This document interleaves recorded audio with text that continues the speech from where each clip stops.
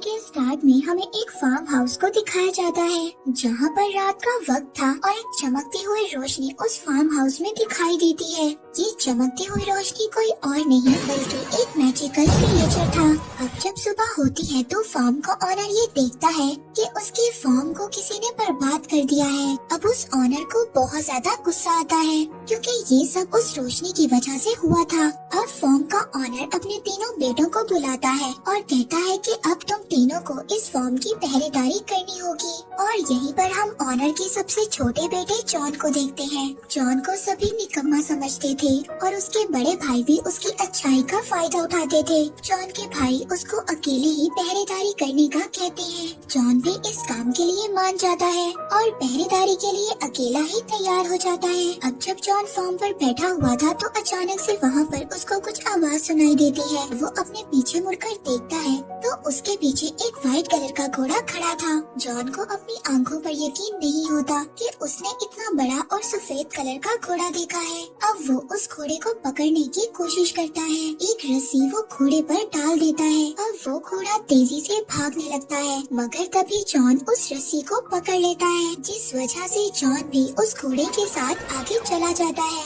मगर जब घोड़ा थोड़ा सा आगे जाता है तो वो अनबैलेंस हो जाता है और दलदल में गिर जाता है। अब जॉन उस घोड़े की मदद करता है, उसको दलदल से बाहर निकाल लेता है। तभी जॉन देखता है कि उस घोड़े की आंखों में आंसू थे और ये देखकर जॉन उस घोड़े के लिए बहुत ही ज्यादा बुरा फील करता है। जॉन उस घोड़े से ये प्रॉमिस लेता है कि आइंदा वो घोड़ा उनके फार्म पर नहीं आएगा। जिसके बाद वो घोड़ा जॉन को शुक्रिया कहता है और वहाँ से चला जाता है। उसके बाद जॉन भी अपने घर आ जाता है। अब जॉन को दोबारा अपने फार्म से कुछ आवाजें आती हैं। जब जॉन वहाँ पर चेक करने जाता है तो वहाँ पर जाकर वो हैरान हो जाता है। वहाँ पर दो घोड़े बंधे हुए थे। अब इससे पहले जॉन वहाँ पर कुछ समझ पाता, उसको एक आवाज बताती है कि ये तुम्हारे लिए एक गिफ्ट है। जॉन जब पीछे मुड़कर देखता है तो उसको एक छोटा घोड़ा नजर आता है जो कि उसको बताता है कि मेरा नाम फॉल है। असल में फॉल उस घोड़े का बेटा था जिसको जॉन ने रात को बचाया था। फॉल जॉन को बताता है कि मेरी मदर तुमसे बहुत ज्यादा खुश है, इसीलिए उन्होंने तुम्हारे लिए ये गिफ्ट भेजा है। जॉन ये सुनकर काफी ज्यादा खुश हो जाता है। तभी जॉन को अपने फादर की आवाज आती है। अब जॉन जल्दी से बाहर आता है और अपने फादर को बाहर रखने की ही कोशिश करता है ताकि वो अंदर न चले जाएं। अब जॉन अपने फादर के जाने के बाद फॉल पर बैठ जाता है और फॉल बहुत ही तेजी से भागता है। उसकी स्पीड को देखकर जॉन बहुत ज्यादा हैरान हो जाता है। अब एक जगह पर पहुंचकर फॉल सीटी बजाता है। अब फॉल की सीटी को सुनकर स्टेबल में खड़े हुए दो घोड़े भी उनके पास आ जाते हैं। जॉन ये सोचता है कि वो इन घोड़ों को मार्केट में ले जाकर बेच देगा। जॉन उन घोड़ों को मार्केट में लेकर जाता है तो उन शानदार घोड़ों को लोग देखकर हैरान हो जाते हैं। किसी ने भी ऐसे शानदार घोड़े कभी नहीं देखे थे। यहाँ पर काफी ज्यादा लोग जॉन से घोड़ों को खरीदने की बात भी करते हैं। अब फॉल भी जॉन को ये कहता है कि वो ये दोनों घोड़े उस बूढ़े आदमी को बेच दे, मगर जॉन ये दोनों घोड़े किंग को ही बेचना चाहता था। जब किंग वहाँ पर आता है तो उसको भी ये दोनों घोड़े बहुत ज्यादा पसंद आते हैं, मगर किंग का मिनिस्टर उससे कहता है कि उसको ये दोनों घोड़े चोरी के लग रहे हैं। किंग इसी बात का फायदा उठाकर बगैर पैसों के जॉन से वो दोनों घोड़े ले लेता है। जॉन किंग से जब पैसों की बात करता है तो किंग उसको बगैर जवाब दिए वहाँ से चला जाता है। फॉल यहाँ पर जॉन को डांटता है और कहता है कि मैंने तुम्हें कहा था ये दोनों घोड़े उस बूढ़े आदमी को बेच दो। खैर फॉल जब जॉन को उदास देखता है तो वो दोबारा से सीटी बजाता है और वो दोनों घोड़े जॉन के पास आ जाते हैं। लेकिन उन दोनों घोड़ों की वजह से किंग की बग्गी पलट जाती है और वो आटे की बोरियों में गिर जाते हैं।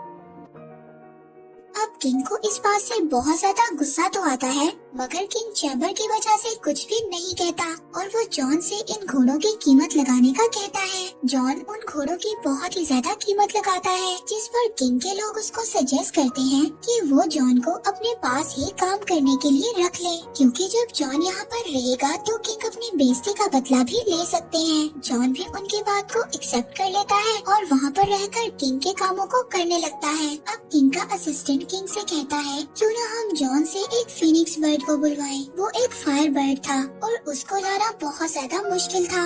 अब किंग का असिस्टेंट ये कहता है कि उसको लाना बहुत मुश्किल है और जॉन उसको कभी भी ला नहीं सकेगा और तभी आप जॉन को मौत की सजा सुना देना। अब किंग को अपने असिस्टेंट का आइडिया बहुत अच्छा लगता है। किंग अब ये सब जॉन से कहता है। जॉन भी इस बात के लिए तैयार हो जाता है। अब फॉल को जब ये बात पता चलती है तो वो जॉन से कहता है कि ऐसा करना बहुत ही ज्यादा खतरनाक है, क्योंकि जिसने भी ऐसा किया है और जो भी उस बर्ड की तलाश में गया है कभी भी वापस नहीं आया। मगर जॉन ने ये चैलेंज एक्सेप्ट कर लिया था, इसलिए वो पीछे नहीं हट रहा था। अब फॉल को भी जॉन की मदद करना थी, इसीलिए अब वो जॉन को एक जंगल में ले जाता है, जहाँ पर वो उसको एक ड्रीम नट दिखाता है। वो जॉन को बताता है कि ये फायर बर्ड के स्पेशल नट्स हैं और वो इनको बहुत ज्यादा पसंद करता है। मगर ये नट्स ऐसे हैं जैसे ही वो फायर बर्ड इनको खाएगा वो गहरी नींद में सो जाएगा, जिसके बाद हम उसको आसानी से पकड़ लेंगे। जिसके बाद अब ये दोनों उस जगह पर पहुंच जाते हैं जहाँ पर फायर बर्ड रहता था।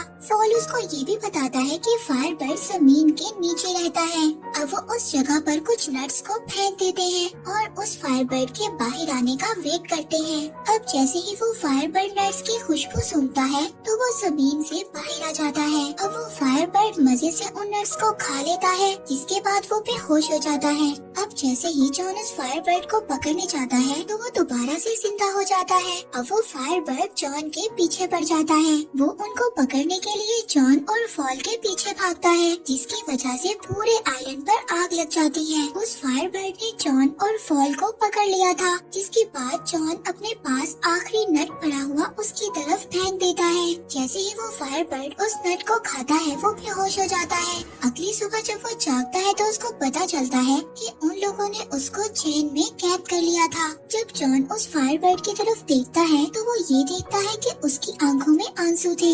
ये देखकर जॉन को बहुत ज्यादा बुरा फील होता है, जिसकी वजह से वो उस फायर बर्ड को आजाद कर देता है। जैसे ही वो फायर बर्ड आजाद होता है वो अपने पंख फैलाकर वहाँ से उड़ जाता है और जाते हुए वो अपना एक पंख जॉन को दे देता है और वो पंख हीट की वजह से ग्लो कर रहा था। फॉल जॉन को कहता है कि किंग अब तुम्हें नहीं छोड़ेगा, मगर जॉन फॉल से कहता है कि शायद वो इस पंख से किंग को ये यकीन दिलवा दे कि उन्होंने फायर बर्ड को पकड़ा था। जब वापस जॉन किंग के पास जाता है तो किंग जॉन की किसी भी बात पर यकीन नहीं करता। अगले ही दिन जॉन को मौत की सजा के लिए लाया जाता है। जॉन वो पंख निकालकर सबको दिखाता है, मगर वो पंख अब ग्लो नहीं कर रहा था और किंग जॉन को मारने का कहता है। जब किंग जॉन को मौत की सजा देने लगता है तभी वहाँ पर फायर बर्ड आ जाता है, जिसको देखकर सभी लोग बहुत ज्यादा हैरान होते हैं और वहाँ पर इकट्ठे सभी लोगों को जॉन की बातों पर यकीन आ जाता है, जिसकी वजह से अब किंग को जॉन की सजा खत्म करनी पड़ती है और साथ ही जॉन को किंग प्रमोशन भी दे देता है। इस बात पर किंग और भी ज्यादा गुस्सा होता है। अब वो अपने मिनिस्टर को कुछ और प्लान सोचने का कहता है। बहुत ज्यादा सोचने के बाद किंग का मिनिस्टर उसको एक आइडिया देता है। वो कहता है कि क्यों ना हम इस बार जॉन को एक माउंटेन की प्रिंसेस को लाने भेजें।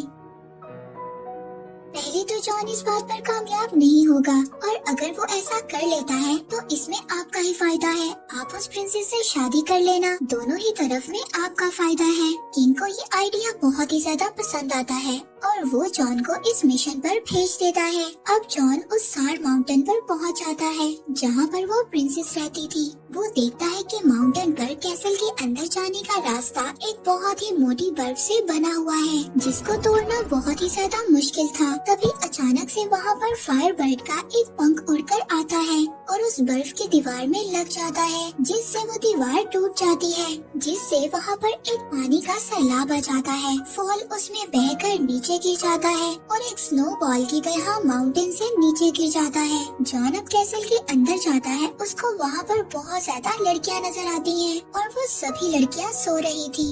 अब उनमें से असल प्रिंसेस कौन सी थी ये जानना बहुत ही ज्यादा मुश्किल था, लेकिन उस फायर बर्ड का एक पंख आकर एक लड़की के पास गिर जाता है, जिससे कि जॉन ये बात समझ आता है कि वही लड़की प्रिंसेस है। जॉन उस लड़की की खूबसूरती को देखकर हैरान हो जाता है और उसको बताता है कि उसके किंग उससे शादी करना चाहते हैं। मगर वो लड़की जॉन से कहती है कि अगर तुम्हारे किंग इतने ही ज्यादा बहादुर होते तो वो मुझे यहाँ पर खुद लेने आते। और वो ये कहकर वो प्रिंसेस पहाड़ से नीचे कूद जाती है। जॉन भी अपनी जान की परवाह नहीं करता और उस प्रिंसेस के पीछे कूद जाता है। अब फॉल उन दोनों को वहाँ पर बचा लेता है और दोनों को अपने ऊपर बिठाकर आराम से नीचे ले आता है। फॉल जॉन को देखकर ये समझ गया था कि जॉन प्रिंसेस को पसंद करने लगा है।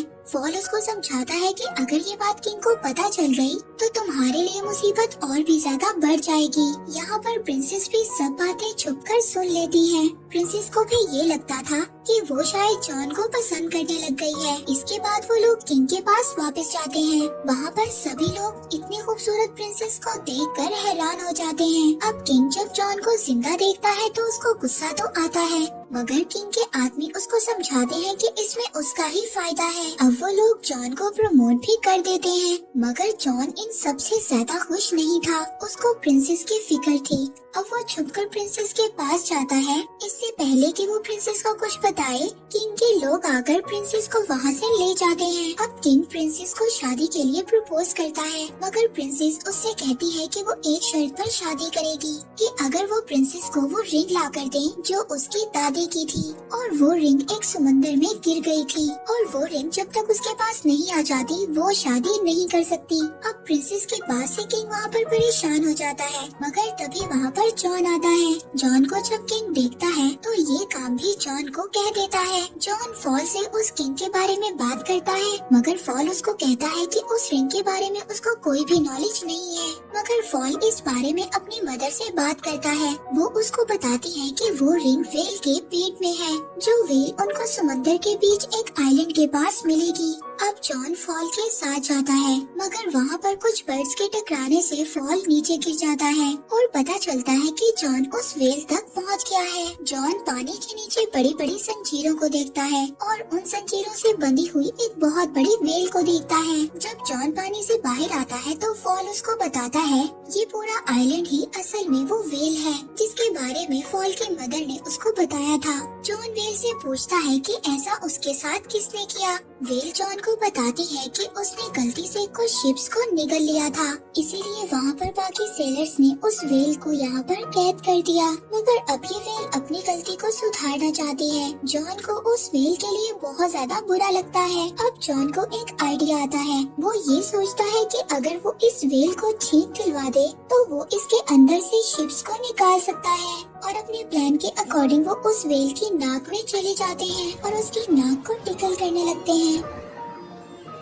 तभी उस वेल को एक बहुत बड़ी छींक आती है और वो सभी शिप्स उसके अंदर से बाहर आ जाती हैं, जिसके बाद ये वेल उस समंदर के अंदर दोबारा चली जाती है। उस वेल के जाने के बाद जॉन को वो रिंग याद आती है और जॉन उदास हो जाता है क्योंकि वेल अब जा चुकी थी। मगर तभी वहाँ पर एक क्रैब रिंग को लेकर आ जाता है और वो जॉन को बताता है कि ये वेल ने उसके लिए भेजी है, क्योंकि वो वेल दिल की बातों को जान लेता है। इसके बाद वो रिंग को लेकर प्रिंसेस के पास जाते हैं, जहाँ पर उनकी नजर उस फायर बर्ड पर भी जाती है जिसको किंग ने बिल्डिंग से बांध दिया था। जॉन प्रिंसेस को वो रिंग देता है, जिसे देखकर वो ये समझ आती है कि जॉन उसके लिए कुछ भी कर सकता है। उधर दूसरी तरफ किंग का आदमी फॉल को दूरबीन से देख रहा था। उसको बोलता हुआ जब वो किंग का आदमी देखता है तो उसको ये लगता है कि फॉल एक डेविल है। वो सभी लोग वहाँ पर फॉल को पकड़ने जाते हैं और इसी दौरान किंग भी उठ जाता है। वो जब फॉल को प्रिंसेस की विंडो पर देखता है तो वो फॉल को शूट कर देता है, पर जॉन चाहकर भी फॉल को बचा नहीं पाता।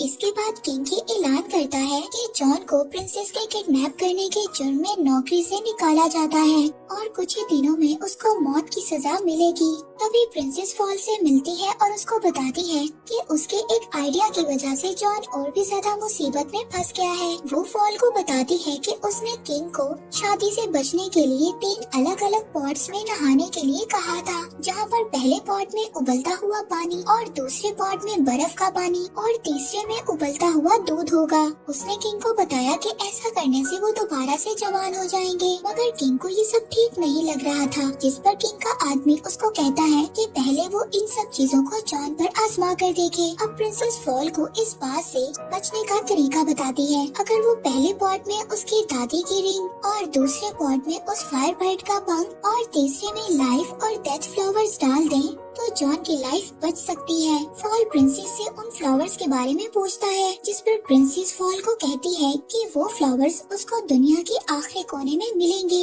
फॉल कहता है कि इन सब में तो बहुत ज्यादा वक्त लग जाएगा, लेकिन प्रिंसेस उसको कहती है कि तुम्हारी स्पीड से ये काम जल्दी हो जाएगा। अब फॉल इंजर्ड होने के बावजूद उन फ्लावर्स को लेने जाता है और अगले सुबह वो पॉट्स भी तैयार हो जाते हैं। और यहाँ पर किंग ये सोचता है कि यही सही वक्त है सबको ये बताने का कि वो कितना रहमदिल है। वो सबको ये बताता है कि ये प्रोसेस असल में जॉन को दिया हुआ दूसरा मौका है, क्योंकि वो अगर इन सब में कामयाब हो गया तो वो जॉन को आजाद कर देंगे। इसके बाद वो जॉन को उस पॉट में धकेल देता है और प्रिंसेस भी चुपके से अपनी रिंग उस पॉट में डाल देती है और उस रिंग के मैजिक से जॉन सही सलामत पहले पॉट से निकलकर दूसरे पॉट में गिर जाता है। ये सब देखकर वो फायर बर्ड चिल्लाने लगता है। उस फायर बर्ड की आवाज उस कैद हुए पंख तक पहुंच जाती है और वो वहाँ से निकलकर फौरन ही दूसरे पॉट में गिर जाता है, जिसके बाद जॉन तीसरे और फाइनल पॉट में गिरता है। प्रिंसेस फॉल के आने का इंतजार कर रही थी। दूसरी तरफ हम देखते हैं कि फॉल उस फ्लावर तक पहुंच गया था, लेकिन उस फ्लावर को तोड़ने से पहले फॉल को ये पता चलता है कि इस फ्लावर को जो भी तोड़ेगा उसकी डेथ हो जाएगी। लेकिन इस बात की परवाह किए बिना वो उस फूल को तोड़ लेता है। उधर बाकी सब लोगों को ये लग रहा था कि जॉन मर गया है और वो सभी लोग उदास होकर वहाँ से जाने लगते हैं, पर तभी वहाँ पर फॉल आ जाता है जो कि उस फ्लावर को उस पॉट में गिरा देता है और देखते ही देखते जॉन उस पॉट से एक प्रिंस की तरह बाहर आता है। अब ये देखकर किंग भी पहले पॉट में जंप लगाता है, मगर दोबारा से जवान होने की बजाय वो एक बबल में कैद होकर वहाँ से चला जाता है। सभी लोग इस बात को देखकर बहुत ज्यादा खुश होते हैं और वो अपना नया किंग जॉन को बना लेते हैं। जॉन और प्रिंसेस फॉल को ढूंढने जाते हैं। फॉल को ये लग रहा था कि अब वो मरने वाला है, मगर प्रिंसेस फॉल को बताती है कि वो फ्लावर सिर्फ उसका टेस्ट ले रहा था। मूवी के लास्ट सीन में हम जॉन और प्रिंसेस की शादी को देखते हैं और इसी के साथ ये मूवी यहीं पर एंड हो जाती है।